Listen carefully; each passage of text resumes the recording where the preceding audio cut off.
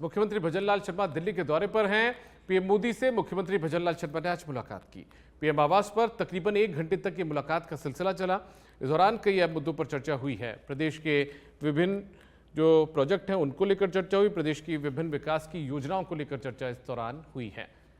तो आज पीएम आवास पर 1 घंटे तक की मुलाकात का सिलसिला चला। मुख्यमंत्री भजनलाल शर्मा प्रधानमंत्री नरेंद्र मोदी से मुलाकात करने के लिए आज उनके आवास पर पहुंचे।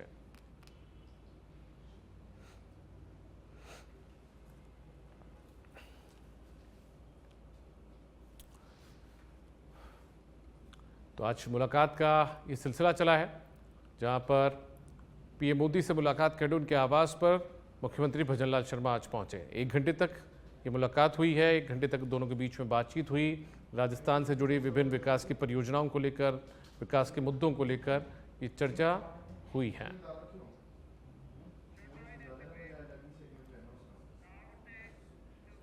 मुख्यमंत्री भजनलाल शर्मा ने केंद्रीय वित्त मंत्री निर्मला सीतारमण और केंद्रीय कृषि एवं ग्रामीण विकास मंत्री शिवराज सिंह चौहान से मुलाकात की है। मुख्यमंत्री ने आज कृषि भवन नई दिल्ली में केंद्रीय मंत्री शिवराज सिंह चौहान से मुलाकात की। इस दौरान राज्य में कृषि एवं किसान कल्याण और ग्रामीण विकास से जुड़े विषयों पर चर्चा हुई। कर्तव्य भवन में वित्त मंत्री निर्मला सीतारमण से वित्त से जुड़े मुद्दों पर चर्चा हुई है।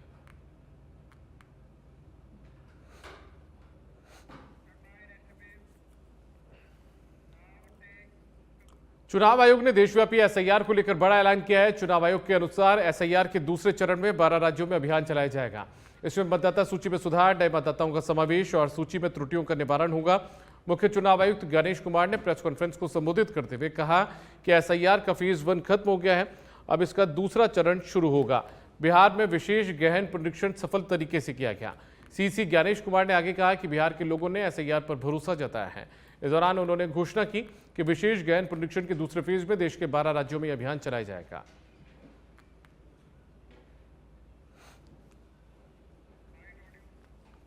ये वो 12 राज्य हैं जहां पर कल से एसआईआर शुरू होने वाला है। Andaman and Nicobar island, union territory, state Chhattisgarh, Goa, Gujarat, Kerala, union territory Lakshadweep, Madhya Pradesh, Puducherry union territory, Rajasthan, Tamil Nadu, Uttar Pradesh, west Bengal. इन 12 राज्यों में कुल मतदाता 51 करोड़ के लगभग हैं। लगभग 5,33,000 बूथ लेवल ऑफिसर्स इस महान कार्य में अपना योगदान देंगे। लगभग 7,64,000 बूथ लेवल एजेंट्स जो पार्टीज द्वारा नामित हैं वो इसमें अपना योगदान देंगे और लगभग 10,500 ईआरओस और लगभग 321 कलेक्टर्स। ये पूरी चुनावी कर्मियों की जो टीम है वो इस एसआईआर की फेज 2 में कार्य करेगी और इसको सफल बनाएगी। Schedule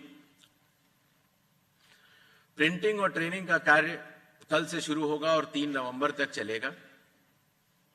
house to house enumeration 4 नवंबर से 4 दिसंबर तक। Publication of draft electoral rolls 9 दिसंबर 2025। क्लेम्स एंड ऑब्जेक्शंस का पीरियड 9 दिसंबर 2025 से लेकर 8 जनवरी 2026।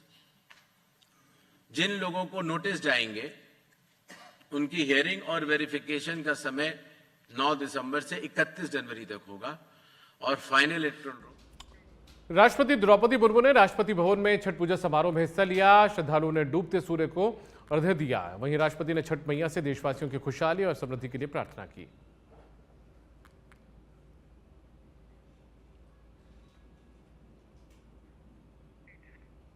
तो राष्ट्रपति द्रौपदी मुर्मू ने भी छठ पूजा में हिस्सा लिया। राष्ट्रपति भवन में यह कार्यक्रम हुआ है। छठ पूजा का समारोह आयोजित किया गया। दौरान डूबते सूर्य को अर्घ्य भी दिया गया है।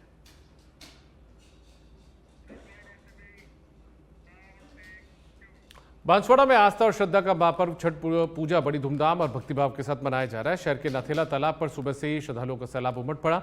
महिलाएं पारंपरिक वेशभूषा में सज धज कर छठ माता की पूजा अर्चना करती हुई नजर आई। तालाब किनारे भक्तों ने भगवान सूर्य को अर्घ्य अर्पित किया और दीपदान कर सुख समृद्धि की कामना की। वहीं छठ माता के भजनों से पूरा माहौल भक्तिमय नजर आया।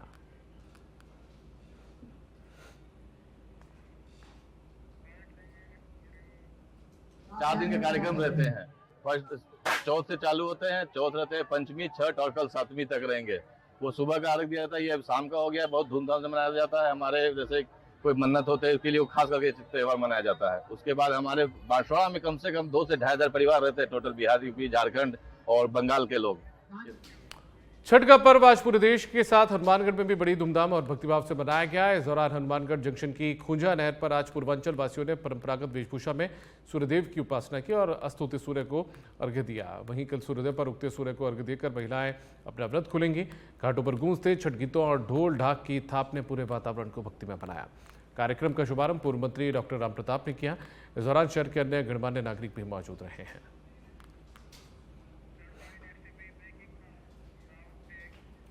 इसी बीच 12 से खबर है। उपचुनाव ड्यूटी में लापरवाही बरतने पर कार्रवाई की गई है। पुलिस अधीक्षक ने ड्यूटी से अनुपस्थित रहने पर कार्रवाई की। 2 पुलिस कार्मिकों को निलंबित कर दिया गया है। निलंबित किए गए पुलिसकर्मी पुलिस लाइन में दरअसल तैनात है। स्थैतिक निगरानी दल की ड्यूटी में ये लोग अनुपस्थित पाए गए थे। जनता में उपचुनाव हो रहा है और ऐसे में उपचुनाव में लापरवाही, चुनावी ड्यूटी में लापरवाही बरतने वाले 2 पुलिस कार्मिकों पर यह कार्रवाई की गई है। 2 पुलिस कार्मिकों को निलंबित किया गया है। ड्यूटी से अनुपस्थित रहने पर यह कार्रवाई की। पुलिस अधीक्षक ने कार्रवाई की है। पुलिस लाइन में लोग तैनात थे। स्थैतिक निगरानी दल की ड्यूटी में ये अनुपस्थित पाए गए थे।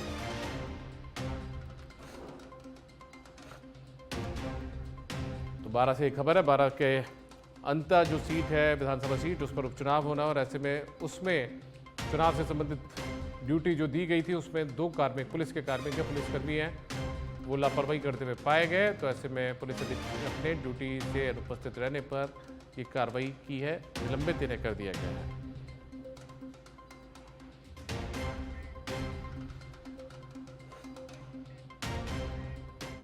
खबर जयपुर से है। गोपाष्टमी पर प्रदेश की सभी पात्र गौशालाओं में गोपाष्टमी का महोत्सव मनाया जाएगा। गौ सेवा, गौ पूजन, गौ संरक्षण से जुड़ी विभिन्न गतिविधियां आयोजित होंगी। गोपाष्टमी महोत्सव पर गौ सेवा के महत्व को रेखांकित किया जाएगा। 29 और 30 अक्टूबर को समस्त पात्र गौशालाओं में गौ माता की पूजा अर्चना की जाएगी। तो बड़ी खबर आपको बता रहे हैं, गोपाष्टमी का पर्व बड़ी धूमधाम के साथ मनेगा। 29 और 30 अक्टूबर को समस्त पात्र गौशालाओं में गौ माता की पूजा अर्चना की जाएगी। गोपाष्टमी का पर्व बड़ी धूमधाम के साथ जो भी पात्र गौशालाएं हैं उनके अंदर मनाया जाएगा। 29 और 30 अक्टूबर को पात्र गौशालाओं में ये गोपाष्टमी का पर्व बड़ी धूमधाम के साथ मनाया जाएगा।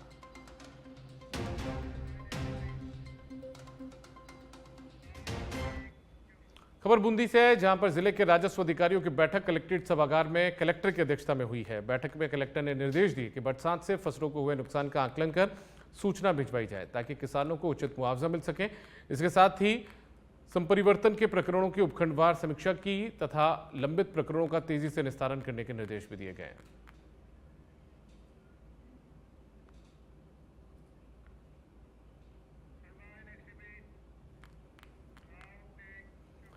झुंझुनू के चिड़ावा से खबर है, धनतेरस पर खरीदी नई स्कॉर्पियो गाड़ी चोरी हो गई है। चोरों ने महज 9 मिनट के अंदर ये गाड़ी उड़ा दी है, यानी कि पार कर दी। चोरी की वारदात सीसीटीवी कैमरे में कैद हुई है। इलेक्ट्रॉनिक डिवाइस से कार चुरा कर ये चोर ले गए हैं। चिड़ावा पुलिस ने मामला दर्ज कर लिया है और जांच भी शुरू कर दी। तस्वीर आप देख लीजिए, बोनट खोला गया, उसके बाद इलेक्ट्रॉनिक डिवाइस का उपयोग करके ये नई की नई स्कॉर्पियो गाड़ी को चुरा कर ये बदमाश ले गए।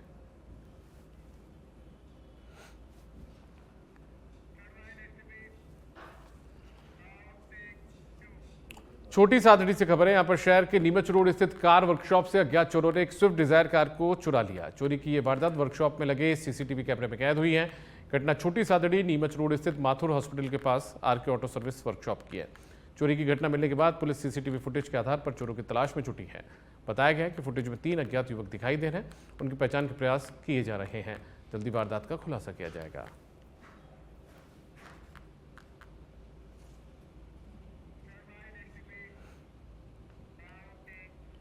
सिरोही के आबू रोड से खबर है, एक युवक पर जानलेवा हमला करने का मामला सामने आया है। रीको पुलिस ने मामले में वांछित आरोपी को गिरफ्तार किया। हीरापुरा के पास 21 अक्टूबर को सड़क किनारे वारदात हुई थी। भैरूगढ़ निवासी अनिल राजनट पर धारदार चाकू से हमला किया गया था। हमले में ढाबे पर काम करने वाले युवक जो थे वो गंभीर रूप से घायल हुए। उसके बाद एसपी के निर्देश पर घटना के बाद टीम का गठन भी किया गया। थानाधिकारी लक्ष्मण सिंह चंपावत की टीम को उसके बाद ये सफलता हाथ लगी। हीरापुरा निवासी नानाराम गमेती भील को गिरफ्तार किया गया है। पुष्कर से खबर है। पुष्कर मेले में बारिश ने खलल डाला है। पुष्कर मेले में पशुपालक जो पहुंचे थे उनको परेशानी हुई है। खुले आसमान के नीचे रेतीले धुरों में ये पशुपालक डेरा डाले हुए हैं। बारिश से मेलार्थियों और पशुपालकों पर भारी असर पड़ेगा। आगामी 3 से 4 दिनों तक बारिश का अलर्ट जारी किया गया है। बारिश होने से पुष्कर पशु मेला फीका पड़ सकता है।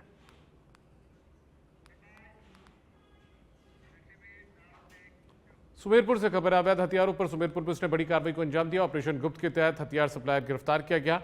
इस सप्लायर के पास से अवैध पिस्टल बरामद की गई है।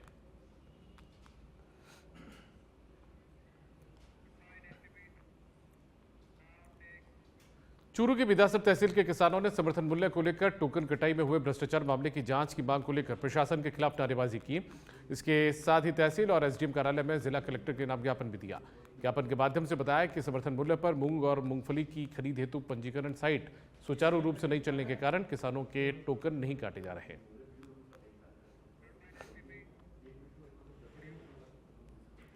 इस बार किसानों का टोकन कटा नहीं, 20% किसानों का टोकन कटा है।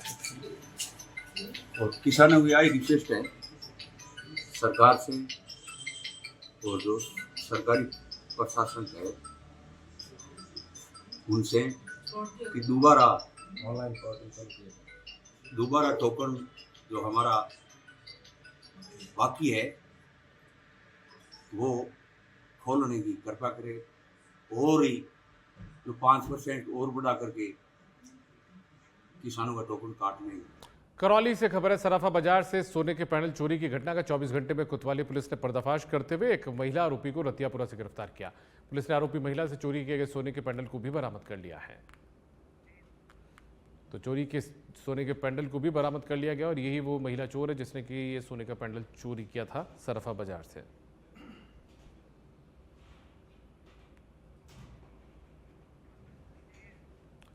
तो चोरी किए गए सोने के पैंडल को भी बरामद कर लिया गया है। और ये जो तस्वीरों में आप देख पा रहे हैं ये वो महिला चोर है जिसने कि सराफा बाजार से इस पैंडल को चोरी किया। करौली में रतियापुरा से इस महिला को गिरफ्तार किया गया है।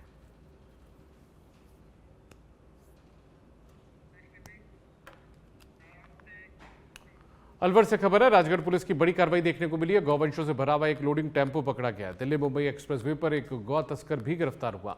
राजगढ़ पुलिस ने 5 गौवंशों को मुक्त करवाया है। पुलिस अब गिरफ्तार आरोपी से गहनता से पूछताछ कर रही है। तो दिल्ली मुंबई एक्सप्रेसवे पर एक गौ तस्कर को भी गिरफ्तार किया गया है। बूंदी में सरदार वल्लभ भाई पटेल की 150वीं जयंती के मौके पर 31 अक्टूबर को एकता दिवस के अवसर पर खेल संकुल परिसर से जिला स्तरीय पदयात्रा का आयोजन होगा। पदयात्रा के सफल आयोजन को लेकर तैयारियों के कलेक्ट्रेट सभागार में आयोजित बैठक में समीक्षा की गई। संबंधित अधिकारियों को दिशा निर्देश भी दिए गए। पदयात्रा में पंजीकरण के लिए माय भारत पोर्टल पर इवेंट बनाया गया है। इच्छुक युवा mybharat.gov. वेबसाइट पर मोबाइल नंबर डालकर अपना पंजीकरण करवा सकते हैं।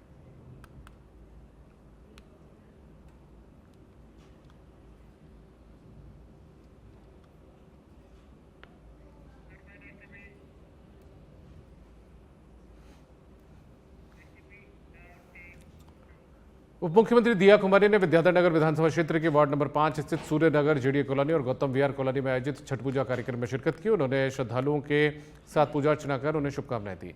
दिया कुमारी ने कहा कि छठ पर्व सनातन संस्कृति, सूर्य उपासना और प्रकृति के प्रति आस्था का अद्भुत प्रतीक है।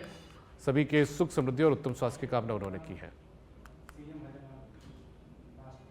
पहले तो आप सबको छठ पूजा की बहुत बहुत शुभकामनाएं, बहुत बहुत बधाई।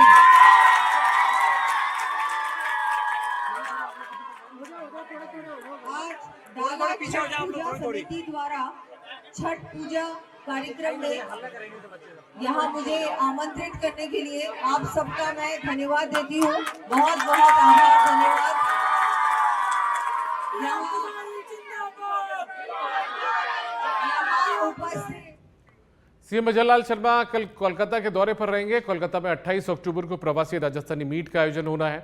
सीएम प्रवासी राजस्थानी सम्मेलन में हिस्सा लेंगे। सीएम के नेतृत्व में प्रतिनिधिमंडल प्रवासी राजस्थानी समुदाय से संवाद करेगा। प्रवासी राजस्थानी दिवस के लिए उन्हें आमंत्रित किया जाएगा।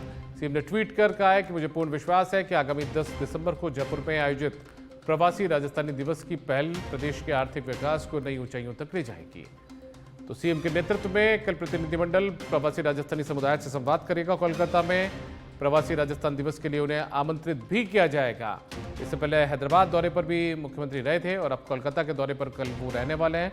10 दिसंबर को जयपुर में प्रवासी राजस्थानी दिवस आयोजित होना और उसी को लेकर ये मुख्यमंत्री का दौरा रहने वाला है। 28 अक्टूबर को प्रवासी राजस्थानी मीट का आयोजन कोलकाता में होगा। सीएम प्रवासी राजस्थानी सम्मेलन में हिस्सा लेंगे और ये ट्वीट भी उन्होंने किया है। राजस्थान को उद्योग और निवेशकों का वैश्विक केंद्र बनाने के उद्देश्य से कल 28 अक्टूबर को कोलकाता में प्रवासी राजस्थानी सम्मेलन में सहभागिता करूंगा। मुझे यकीन है, पूर्ण विश्वास है कि आगामी 10 दिसंबर को जयपुर में आयोजित होने वाले प्रवासी राजस्थानी दिवस की पहल प्रदेश के आर्थिक विकास को नई ऊंचाइयों तक ले जाएगी। केकड़ी विधानसभा के सावर उपखंड का राजस्व ग्राम चिकलिया आज भी विकास की रोशनी से कोसों दूर है। आधुनिक युग में जहां सुविधाएं हर दूर दराज तक पहुंच चुकी हैं, वहीं इस गांव के लोग अभी मूलभूत आवश्यकताओं के लिए तरस रहे हैं। स्थिति इतनी दयनीय है कि यहां पर शमशान घाट तक नहीं है। बारिश के दिनों में ग्रामीणों को बड़ी परेशानी होती है। वहीं आज बारिश के चलते लोगों को एक शव का अंतिम संस्कार करने में परेशानी हुई। गांववासियों ने प्रशासन से गुहार लगाई है कि यहां पर एक शमशान घाट का निर्माण किया जाए।